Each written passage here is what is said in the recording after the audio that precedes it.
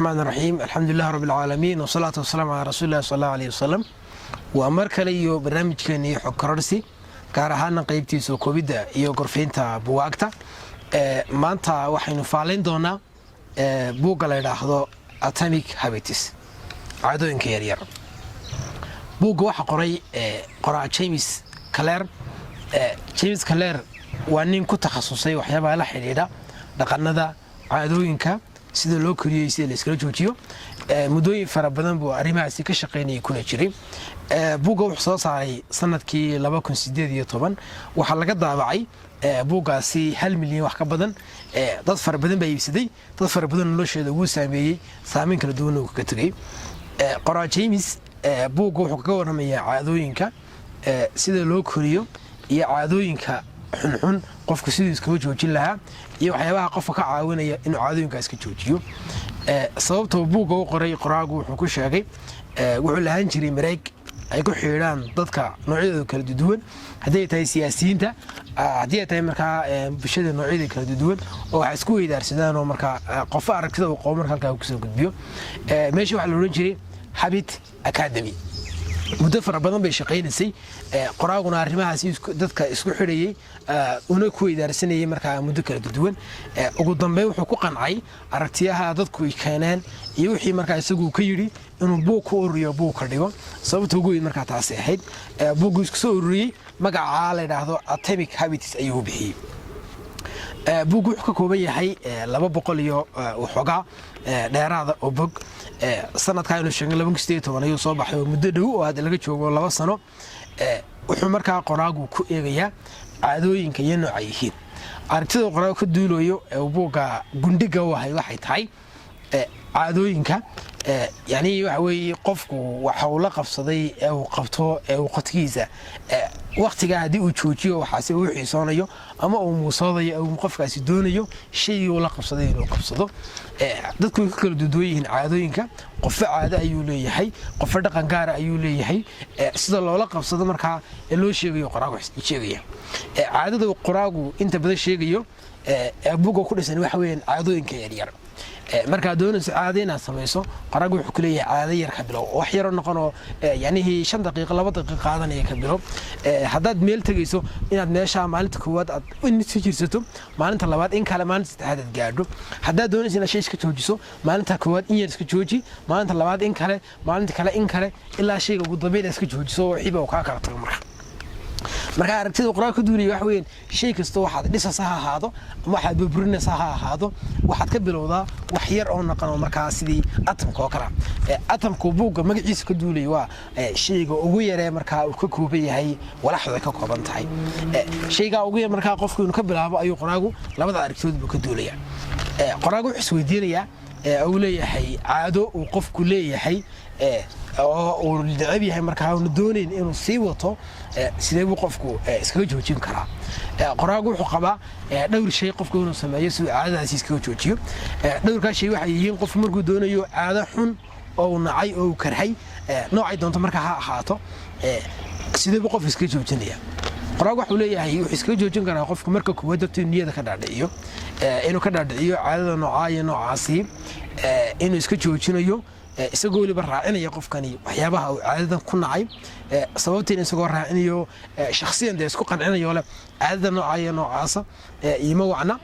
taala soo qaadano hadduu qofku doonayo inuu iska joojiyo habeenkii uu seexdo 2 kooda xilliyadaas qofku xilli dambe uu seexdaa qofkii baa doonaya inuu caadada habeenkii xilli dambe ayaa seexatay caadaan fiicnayn oo shaqadii ka habsaaminaysa meesha ay tagasay awlo badan ka baydhinaysa markaas iska joojinaysa qofkiis jiri tusaalahan qofkaas kale wuxuu sameyn karaa inuu yiraahdo waniyahow marka koowaad caadadan inaad kooda ama 2 habeenimo seexato intaas oo dhan soo jeedo waxa ku seegay horta waxa ku seegaya salaad subax waxa ku dhaaftay 2 shaqadii baa ku dhaafto xilli dambaad kacday 9kii ama waxaad kacday markaa 8 xilliyo dambe la kala tagay shaqada 3 waxyaabo badan oo xilligaad qabsan lahayd baa ayaa ka biilahaya qofkii markuu saas ku dareensiyo shaygii jiray dhibtiisii niyada ka dhaadhiciyo shayga inuu go'aansaday inuu iska joojiyo markuu qofkii go'aansaday inuu iska joojiyo go'aan cad ku qaato qofkaasi maalinta koowaad ha isku dayo aduu salaam kooda seexan jiray inuu 12 ka seexdo waa koow habeenka ku xiga inuu seexdo 11 habeenka ku xiga inuu seexdo 10 habeenka ku xiga inuu sagaal ka seexdo si qofku markaa caadadiisu ka joojiyo kale waxa weeye qofku inuu dhaqan geliyo waxyaabihii uu rabay inuu iska joojiyo dhaqan u bedelo noocay doonto ha ahaato kale qofku inuu isku adkeeyo oo caadadii uu doonayay markaa inuu joojiyo in culays isku saaro wax uu iska dhigi markaa fudud laakiin wax culays ku dareemay markaa deeqad oo kala qofku inuu isdareensiiyo si markaa caadadii ay wax xari karto qofkana uu rajeeyo karo inuu markaa iska joojiyo iyadoo mid kale oo muhiim ah qoraagana uu leeyahay wax qurux badan qofku markuu doonayo inuu caadada iska joojiyo inuu markaa isku adkeeyo qodobka kale waxa weeye qofku inuu markaa noqdo ku qanacsanaado caadada marka hore yani qof ku qanacsan yahay caadada inuu joojiyo qofka hadduu ku qanacsan caadada inuu joojiyo weligeed ma joojin karo aan soo sheegnay inaan sameeyo hadduu la ku qanacsan inuu joojiyo waa waxyaabo loo baahan yahay marka qofku inuu sameeyo qof markuu caadadiisa ka joojiyo caado cusub ama dhaqan cusub qofka tusaale ahaan sidee buu ku abuuranayaa qofku wuxuu ku abuuranayaa dhaqan qurux badan oo markaa uu doonayo inuu samaysto kow in markaa maskaxdiisa ka dhaadhiciyo shayga nooca iyo noocaasa inuu la qabsado oo uu doonayo inuu la qabsado tusaalahan soo qaato qofku wuxuu doonayaa inuu wax akhriyo waxba inta badan ma akhriyo oo ama baraha bulshada ka mashquuliya ama ciyaaraha ka mashquuliya ama hawlo kale ka mashquuliya qofku waqti fiican uu haystaa balse isku midayeen inuu wax akhriyo oo caajisnimo iyo waxyaabo la mid ah ayuu dareemayaa oo waxyaabo badan ma keenay qofka hadduu dhaqan lahayn shaygan hadduu shayga soo qaado salaha markaa buu iska dhigayaa marka qofkaas kale akhriska sidee buu ku bilaabi karaa salaha waxaad ku bilaabi kartaa akhriska marka koowaad inaad niyada galsato inaad akhris bilaabayso akhriska markaad bilaabayso eedan taweenka samee niyada markaad gashato shayga inaad akhriskii bilaabayso marka koowaad waxa isku dayda inaad ka bilowdo wax yar oo dhaqan tusaale ahaan hal bog akhri laba bog barkii saddex bog يعني وحيابها النوع عاس كبلو قراقو مركا wuxuu leeyahay qofku waxa qurux badan sheegaynu ka bilaabo caada uu dhisay mid bilaabay hadii tahay wax yar oo kooban hadii laakiin qofka buug akhriya uu maalinta koowaad oo akhriyo buug 300 buuga oo bilaabo aroortii markuu soo kaco 7 oo 12 ka kaco galabta uu bilaabo 8 uu ka kaco didna buuga uu dhameeyo waqti inta la ku dhameyn karaa qofkaas waxa laga yaabaa inuu buuga dib soo qaado waa arrin la tiyaabitaas way ma adan wixii ku cusbay dad maalinta koowaad xiisiyaad ku bilowday aad ku dhamayso maalin labaad inaad soo qaadiyo waa arrin markaa macquul ah in badan la dhacday markaa way marka waxa laga baahay shay markaad bilaabayso caadi aad ka dhigatay doonayso inaad jabsato oo hal bog laba bog saddex bog iyadoo aad markaa ku qaraastay inaad bilowday iyadoo xiisa qofka waxa la dhahaa shayga markuu bilaabay xiisa badan buu hayaa qoraalka markaa uu tilmaamay inuu qofku interest iyo xiisa aad u gooniyo qofku waxay gubayaan oo u haya markaa way lambar laba qofku inay jirto wax markaa awood gudeed awood la markaa internal motivation oo qofka gudihiisa ama laabtiisa ka bilaabanta inay markaa jirto qofku markuu doonayo inuu caado dhiso haddii halka qoraagu wuxuu diidan yahay haddii ay jirto caado qofka uga timanaysa gudihiisa yani waxaan jeedaa afwan caado qofka uga imanaysa dibadiisa haddii jirto caado qofka dibadiisa uga imanaysa caadadaasi shaygaasi marka loo sheego ee laga tago inuu joojiyo markaa waa arrin suurtagal haddii laakiin qofka gudihiisa ka imanayso dee markasta isagiiba joogo oo isku istaarayo oo sii bilaabayo oo wadaya laakiin haddii kolba qof kale uu ku xidhaya ama shay kale uu noqonayo qofkii dhiirigelin waxa laga yaabaa markaa in caadadii ay ku adkaato sii wadayaan marka qoraag wuxuu leeyahay qofka waxa looga baahan yahay caado wax ka imanaya markaa dhiirigelin ka imanaysa gudihiisa ama naftiisa ka imanaysa waxa kale oo iyadana jirta qoraagu leeyahay qofku inuu ficil u bedelo shayga markuu dhiirigelintii helo shayga ku qanacsanaado ujeedadiina uu keeno qofku inuu dhiirigelin helo inuu helo markaa ficil u bedelo oo shaygii bilaabo maalinta koowaad ficil inuu bedelo isku dayo isagoo markaa ka bilaabay waxa ugu yar ee laga bilaabo shaygaasi qoraagu waxa uu leeyahay markaa si ay caado shaygu noqdo toddobaad laba toddobaad saddex toddobaad ku celceli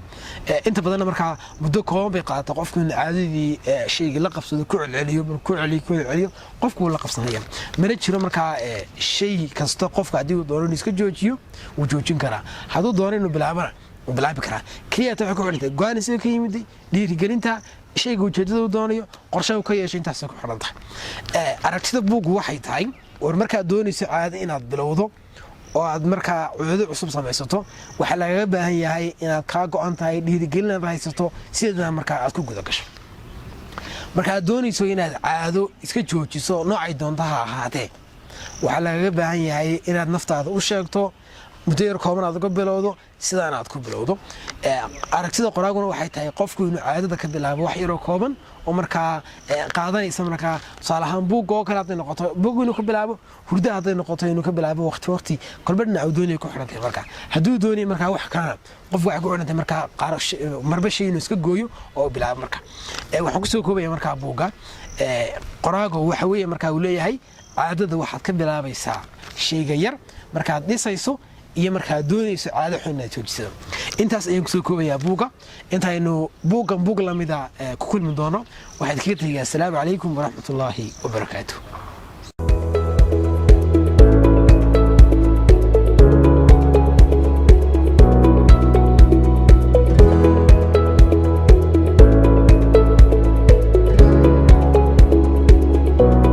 adoo suuqiyo sayla joogiyo adoo subaxii salaadaha hore sariirta hurdada siru jiifoon weli sara kicin saqda dhexe iyo duhur saafiya saacadoo idil sarif lacageedoo ku saacido oon ku siri haynsamow boodhari hayse seegina